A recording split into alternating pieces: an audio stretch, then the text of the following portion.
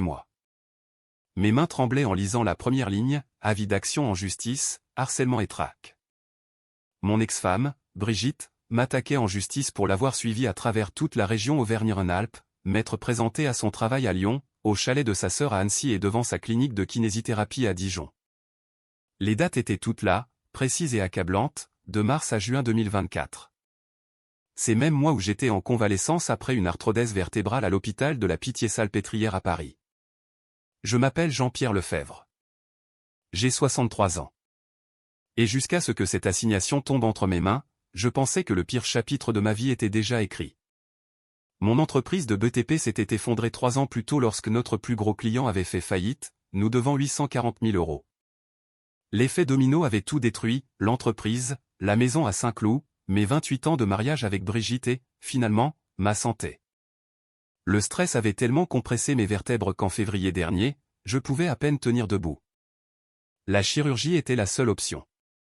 Mais voici ce qui rendait ce procès si absurde que c'en était presque comique. Lors de chaque date où Brigitte prétendait que je l'avais traquée, j'étais dans un lit d'hôpital au 7e étage de la Pitié-Salpêtrière, incapable de marcher plus de 3 mètres sans m'effondrer.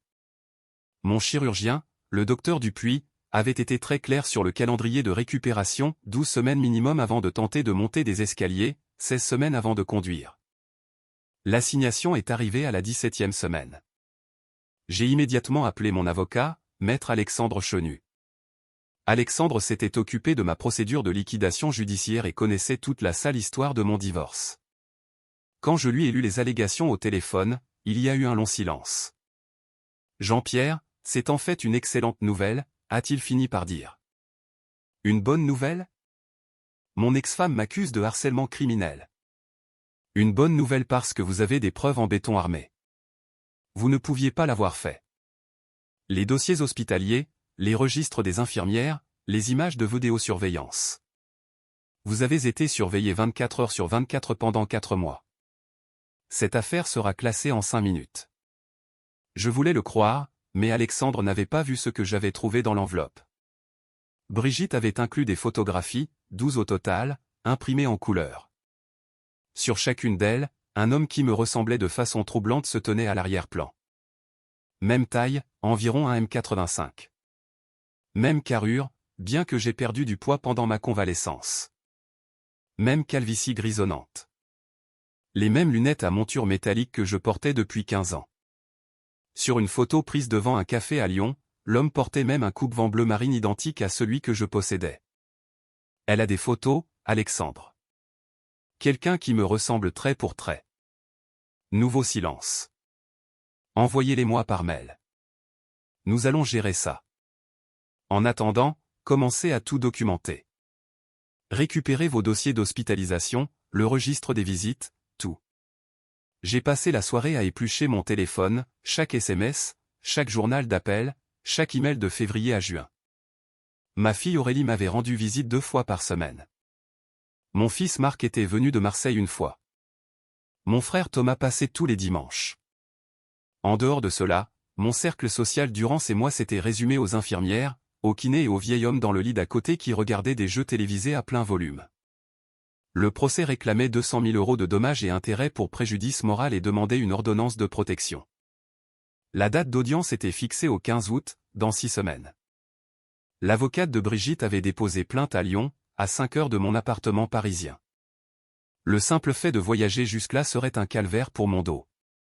Cette nuit-là, je n'ai pas pu dormir. Non pas à cause de la douleur, bien qu'elle soit présente, mais à cause de l'injustice totale de la situation. Brigitte et moi avions eu nos problèmes. Certes, l'échec de l'entreprise avait tout empoisonné entre nous. Elle me reprochait de ne pas avoir eu de meilleurs contrats, d'avoir fait confiance aux mauvaises personnes, d'avoir perdu la vie confortable à laquelle elle s'était habituée. Au moment où elle a demandé le divorce, nous pouvions à peine rester dans la même pièce. Mais la traquer, la harceler ? Ce n'était pas moi. Cela n'avait jamais été moi. J'ai repris les photos avec une loupe. Sur le cliché du café lyonnais, le visage de l'homme était partiellement visible de profil. La ressemblance était surnaturelle. Même nez, même mâchoire, mais quelque chose clochait. Sa façon de se tenir, les épaules légèrement voûtées vers l'avant. J'avais passé des mois en rééducation à apprendre à me tenir droit pour protéger ma colonne. La posture de cet homme était totalement fausse. Le lendemain matin, j'ai appelé le service des archives de la Pitié-Salpêtrière. Obtenir des copies de tout a pris 3 jours et m'a coûté 200 € de frais administratifs, mais cela en valait la peine. 416 pages documentant chaque minute de mon séjour à l'hôpital. Admission le 12 février à 6 h du matin. Chirurgie de 9 h. Complications post-opératoires avec une infection nécessitant un séjour prolongé en soins intensifs.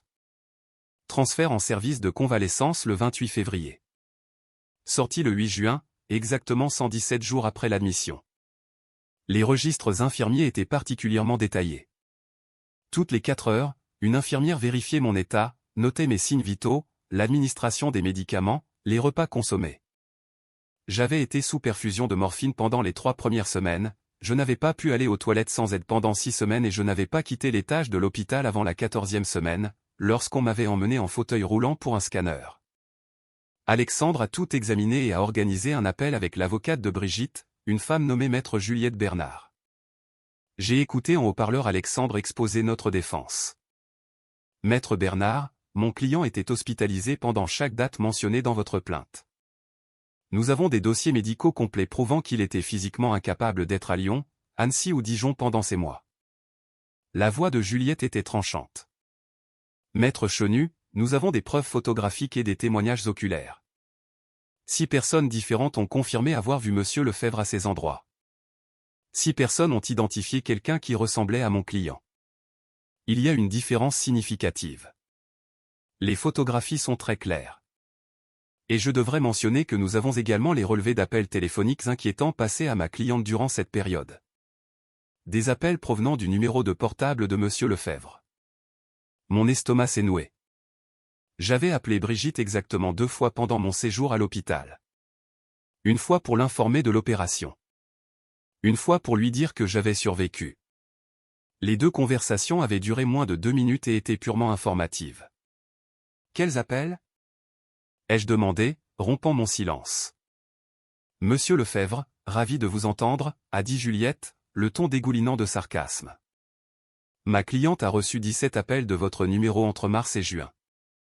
Elle a sagement choisi de ne répondre à aucun d'entre eux. Vos messages vocaux étaient dérangeants. C'est impossible. Vérifiez les relevés téléphoniques. J'ai passé 2 appels à Brigitte en 4 mois. Nous avons ces relevés, Monsieur Lefebvre. Il raconte une toute autre histoire. Après la fin de l'appel, Alexandre semblait troublé. Nous devons obtenir vos relevés téléphoniques immédiatement et comprendre qui est ce sosie. Vous me croyez, n'est-ce pas? Je n'ai pas passé ces appels. Je crois les dossiers de l'hôpital, mais quelqu'un a fait des efforts considérables pour vous faire accuser. Ce n'est pas du harcèlement aléatoire. C'est ciblé. J'ai demandé mes relevés à Orange cet après-midi-là. En attendant qu'ils arrivent, j'ai commencé à réfléchir à qui pourrait vouloir me piéger. La faillite de l'entreprise avait créé beaucoup d'ennemis, des sous-traitants qui avaient perdu de l'argent, des fournisseurs impayés, même d'anciens employés licenciés. Mais 3 ans avaient passé. Pourquoi s'en prendre à moi maintenant en passant par Brigitte? Puis je me suis souvenu de quelque chose. Lors d'une des visites d'Aurélie en avril, elle avait mentionné que Brigitte avait un nouveau petit ami, quelqu'un qu'elle avait rencontré dans son club de lecture en février, juste avant mon opération. Aurélie ne l'avait pas rencontré, mais disait que Brigitte semblait plus heureuse qu'elle ne l'avait été depuis des années. Quel était son nom? Avais-je demandé à l'époque. Denis quelque chose. Denis Ménard, je crois. J'ai sorti mon ordinateur et j'ai cherché Denis Ménard à Lyon. Rien de pertinent. J'ai essayé Denis Ménard à Paris. Toujours rien. J'allais abandonner quand j'ai eu une autre pensée. Et s'il ne venait pas d'ici? Et si Brigitte l'avait rencontré en ligne, et non dans un club de lecture? Je me suis connecté à Facebook pour la première fois depuis des mois et j'ai fouillé la liste d'amis de Brigitte. Il était là. Denis Ménard. Sa photo de profil montrait un homme d'une 50aine d'années, cheveux grisonnants, silhouette mince, debout devant le lac d'Annecy. J'ai cliqué sur ces photos. Mon sang n'a fait qu'un tour. Denis Ménard aurait pu être mon frère. Pas un jumeau identique, mais assez proche. Même taille d'après les photos. Très similaire, style de lunettes similaire. Il portait même ses cheveux de la même façon, du moins ce qu'il en restait. J'ai pris des captures d'écran et je les ai envoyées immédiatement à Alexandre, puis je l'ai appelé. Dites-moi que je ne suis pas fou. Regardez ce type. C'est inquiétant. Très inquiétant. Où l'avez-vous trouvé? C'est le nouveau petit ami de Brigitte. Elle l'a rencontré juste avant mon opération. Alexandre est resté silencieux un moment. Ce n'est peut-être pas une coïncidence, Jean-Pierre, mais nous devons être prudents. Nous ne pouvons pas l'accuser sans preuve. Savez-vous autre chose sur lui? Juste son nom et qu'il vit à Lyon. Laissez-moi faire quelques recherches. En attendant, vos relevés téléphoniques devraient arriver demain. Cela nous en dira long. Les relevés sont arrivés par mail le lendemain matin. J'ai imprimé les 68 pages et je les ai parcourues ligne par ligne. Les appels à Brigitte mentionnés par Juliette n'y étaient pas. Selon Orange, j'avais passé exactement 2 appels au numéro de Brigitte, le 3 mars à 14h47, durée 1 minute 43 secondes, le 4 mars à 9h12, durée 2 minutes 06 secondes. Rien d'autre. J'ai appelé Alexandre immédiatement. Les appels n'existent pas. Selon mes relevés, je ne l'ai appelé que 2 fois. Cela signifie que quelqu'un a usurpé votre numéro. Il a fait croire que les appels venaient de vous alors que ce n'était pas le cas. C'est en fait plus facile à prouver que vous ne le pensez. Nous pouvons obtenir les données des antennes relais. Si vous étiez à l'hôpital et que les appels provenaient de Lyon, nous le saurons. Pourquoi quelqu'un ferait-il ça? Pourquoi se donner tant de mal? C'est ce que nous devons découvrir. J'ai un ami détective privé, Marc Vasseur, un ancien de la PJ. Je pense que nous devrions le faire intervenir. Marc Vasseur m'a retrouvé dans un bistrot près de chez moi 2 jours plus tard. C'était un homme imposant, d'environ 55 ans, avec les gestes mesurés de quelqu'un qui a vu des choses marquantes. Je lui ai tout montré, le procès, les photos, le profil Facebook de Denis Ménard, mes relevés téléphoniques, mes documents hospitaliers. Il a étudié les photographies pendant un long moment, sortant parfois une loupe d'horloger pour examiner les détails.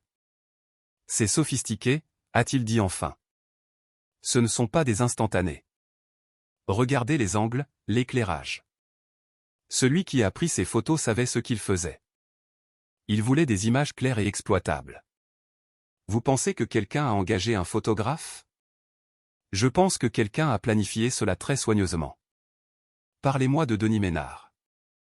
Je lui ai dit le peu que je savais. Marc a pris des notes et a promis de faire une vérification complète de ses antécédents. 3 jours plus tard, il m'a rappelé. Denis Ménard n'existe pas, a-t-il dit. Comment ça? J'ai vu sa page Facebook. Vous avez vu une page Facebook créée il y a 11 mois. La photo de profil est une photo de catalogue provenant d'une agence de mannequins à Paris. Les autres photos ont été volées sur divers comptes de réseaux sociaux. Denis Ménard est une fausse identité. Mon esprit vacillait. Alors, qui est-il? Avec qui sort Brigitte? C'est la question intéressante. J'ai contacté des amis dans la police à Lyon, je leur ai demandé de vérifier discrètement si Brigitte a été vue avec quelqu'un correspondant à la description. Ils ont trouvé quelque chose. Un homme nommé Kevin Dubosc, 58 ans, a un casier judiciaire. 2 accusations antérieures de harcèlement en Bretagne. Les 2 affaires se sont réglées à l'amiable. Il s'est installé en Rhône-Alpes l'année dernière. Mon Dieu. Brigitte sort avec un harceleur. On dirait bien. Et écoutez ça, Dubosc ne ressemble en rien au gars sur ses photos ou à vous. Il mesure 1,70 m, il est de forte corpulence, avec une chevelure noire épaisse. Mais il a de l'expérience dans la surveillance, le harcèlement et la manipulation de situation. Les pièces du puzzle commençaient à s'emboîter, mais l'image qu'elle formait n'avait aucun sens. Pourquoi me ferait-il accuser de traquer Brigitte s'il est celui qui sort avec elle? Marc s'est adossé à sa chaise. Peut-être qu'elle ne sait pas ce qu'il fait. Peut-être qu'il joue avec vous deux. Les harceleurs sont souvent obsessionnels et paranoïaques. Ils voient des menaces partout. Vous êtes l'ex-mari. Dans son esprit, vous êtes la concurrence. Mais vous étiez sur un lit d'hôpital, ce qui fait de vous la cible parfaite. Vous ne pouvez pas vous défendre. vous ne pouvez pas enquêter. Il a probablement pensé que vous alliez simplement céder, lui payer l'argent et disparaître de sa vie définitivement. Nous devons prévenir Brigitte. Elle doit savoir quel genre de personne elle fréquente. Pas encore. Si nous lui donnons l'alerte, il disparaîtra. Ce qu'il nous faut, c'est la preuve qu'il est celui qui a organisé ces photos. Et je pense savoir comment l'obtenir. Le plan de Marc était simple mais risqué. Il voulait surveiller Kevin Dubosc pour voir s'il ferait un nouveau mouvement. En attendant, Alexandre a déposé notre réponse au procès, incluant tous mes dossiers hospitaliers et les divergences dans les relevés téléphoniques. Il a également déposé une requête pour obtenir les données de géolocalisation des appels passés à Brigitte. La réponse les a visiblement ébranlés. Juliette Bernard a appelé Alexandre 2 jours plus tard pour demander une réunion. Nous nous sommes retrouvés dans son bureau à Lyon, une tour de verre surplombant le Rhône. Brigitte était là, paraissant plus vieille que dans mes souvenirs, plus dure d'une certaine manière. Juliette était assise à côté d'elle. Et de l'autre côté de la table, un homme que je n'avais jamais vu auparavant. Un M70, corpulence lourde, cheveux noirs. Kevin Dubosc. Voici le compagnon de ma cliente, Monsieur Dubosc, a dit Juliette. Il l'a soutenu durant cette période difficile. J'ai gardé un visage neutre, mais mon cœur battait la chamade. C'était l'homme qui s'était fait passer pour moi, traquant Brigitte tout en faisant croire que c'était moi. Et il était assis juste en face de moi, jouant le petit ami attentionné. Alexandre a exposé notre défense méthodiquement, les dossiers de l'hôpital, les registres des infirmières, les images de vidéosurveillance me montrant dans le service de convalescence. Les relevés téléphoniques ne montrant que 2 appels. L'impossibilité physique pour moi d'être dans plusieurs villes tout en étant alité. Le visage de Brigitte a pâli à mesure que les preuves s'accumulaient. Elle n'arrêtait pas de jeter des regards à Kevin, mais il conservait une expression inquiète et protectrice. Maître Bernard, a dit Alexandre, quelqu'un a fait des efforts considérables pour faire croire que mon client traquait Madame Lefebvre. Quelqu'un qui lui ressemble, quelqu'un qui a piraté son numéro de téléphone. Ce n'est pas un cas d'erreur d'identité. C'est une fraude à l'identité et un harcèlement criminel. Mais pas de la part de mon client. C'est absurde, a dit Juliette, mais sa voix avait perdu de son assurance. Est-ce vraiment le cas? Nous aimerions demander que toutes les parties se soumettent à une analyse médico-légale, y compris Monsieur Dubosc ici présent. Si quelqu'un usurpe l'identité de mon client, vous voudriez sûrement savoir qui. L'expression de Kevin s'est enfin fissurée. Juste une seconde. Un éclair de quelque chose de sombre. Je ne vois pas pourquoi je devrais me soumettre à quoi que ce soit, a-t-il dit. Ce n'est pas moi qui suis accusé de harcèlement. Non, ai-je dit en m'adressant directement à lui pour la première fois. Mais c'est vous qui l'avez fait. La pièce a explosé. Juliette a exigé que nous rétractassions l'accusation. Brigitte regardait alternativement Kevin et moi, confuse et effrayée. Kevin s'est levé, le visage rouge. Je n'ai pas à écouter ça. Brigitte, on s'en va. Mais Marc Vasseur a choisi ce moment pour entrer dans la salle de conférence. Il attendait dehors et Alexandre lui avait envoyé notre signal par SMS. Il a posé un dossier sur la table. Kevin Dubosc, également connu sous le nom de Kevin Marshall, également connu sous le nom de Denis Ménard. Recherché en Bretagne pour 2 chefs de harcèlement aggravé, a violé une ordonnance de protection à Rennes l'année dernière. Et il a posé une photographie sur la table.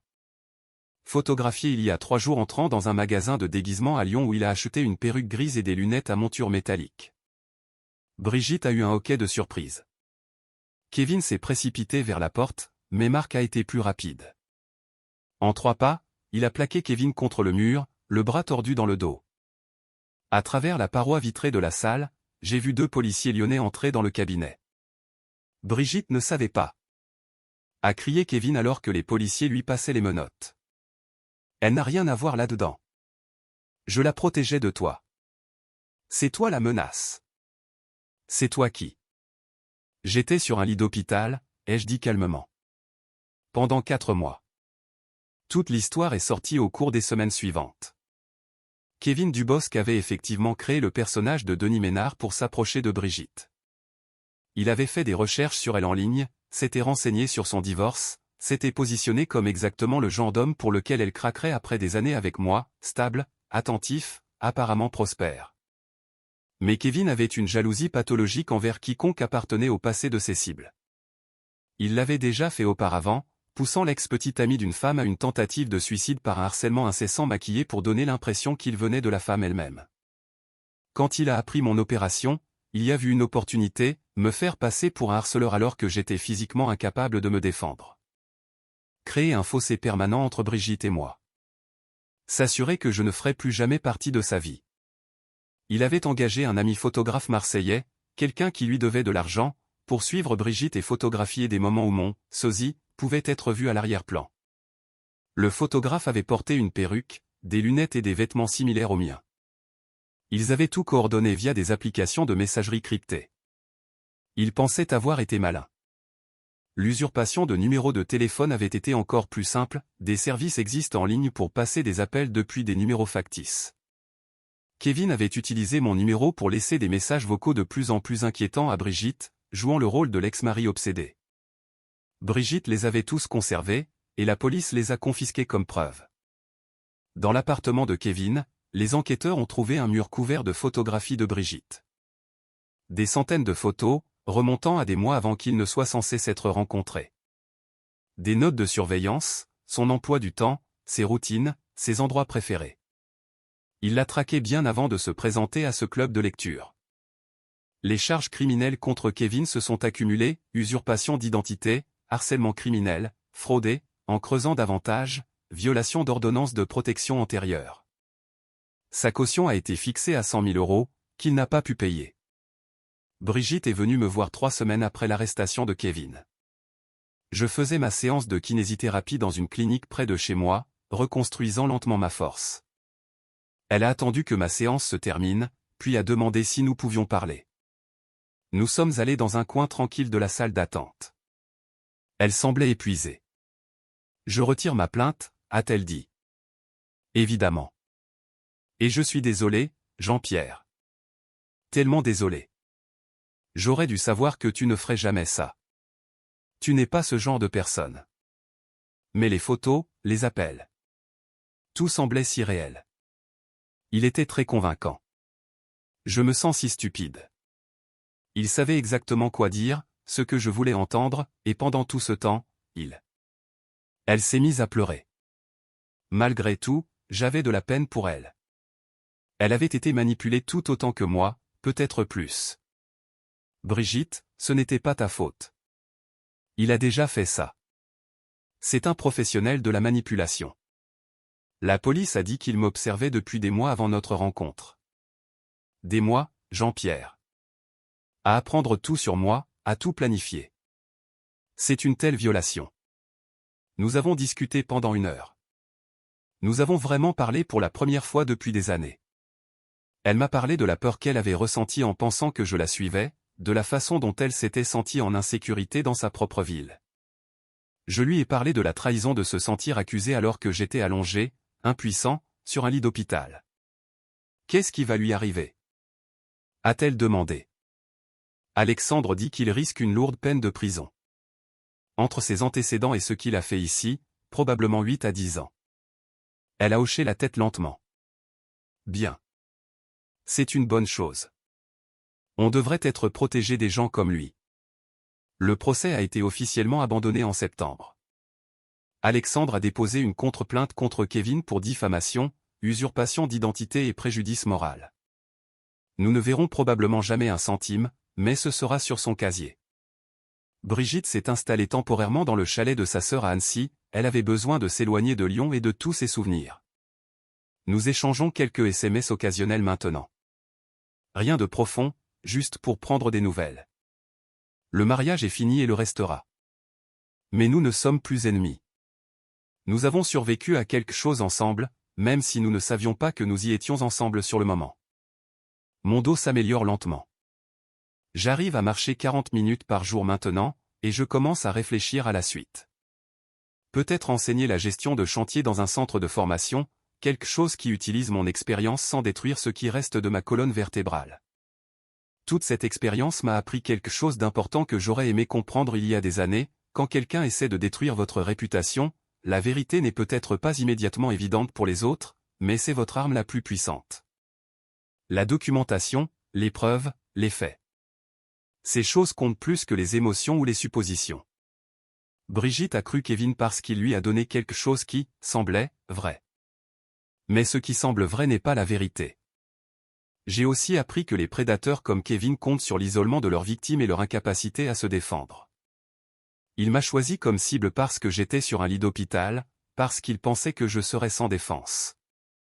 Ce qu'il n'avait pas prévu, c'est que même de ce lit, je pouvais encore rassembler des preuves, construire une défense, trouver des gens comme Alexandre et Marc qui croyaient en la vérité. Et voici ce que je dis aux jeunes maintenant quand j'en ai l'occasion, la technologie peut être utilisée comme une arme contre vous. Votre numéro usurpé, des photos truquées, votre identité volée. Mais cette même technologie crée aussi des archives, des traces numériques, des bornages d'antennes, des horodatages qui ne mentent pas. Dans mon cas, le système de surveillance électronique de l'hôpital, les relevés téléphoniques, les caméras de sécurité. Tout cela m'a sauvé. L'ère numérique facilite certains types de harcèlement, mais elle rend aussi la vérité plus difficile à cacher.